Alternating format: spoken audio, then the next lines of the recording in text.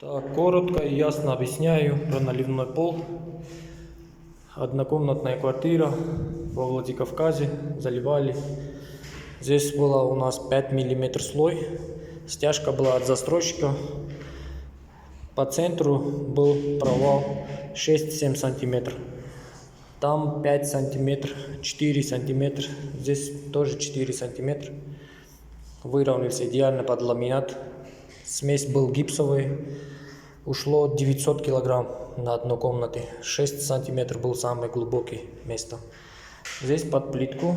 Здесь мы использовали цементные основы.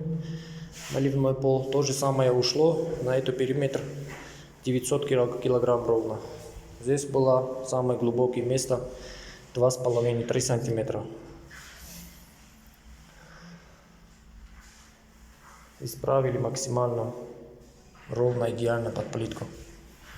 Всем доброго.